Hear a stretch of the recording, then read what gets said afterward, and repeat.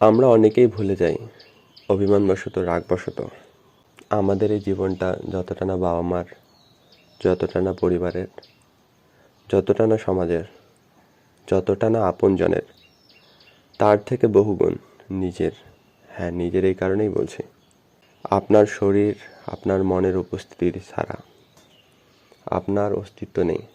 আজকেই আপনার মন শরীর থেকে চলে যাক, আধা ঘন্টা, 1 ঘন্টা, 6 ঘন্টা পরে আপনাকে মাটি চাপা দেওয়া হবে, পুড়িয়ে ফেলা হবে, আরও অনেক কিছু করা হতে পারে।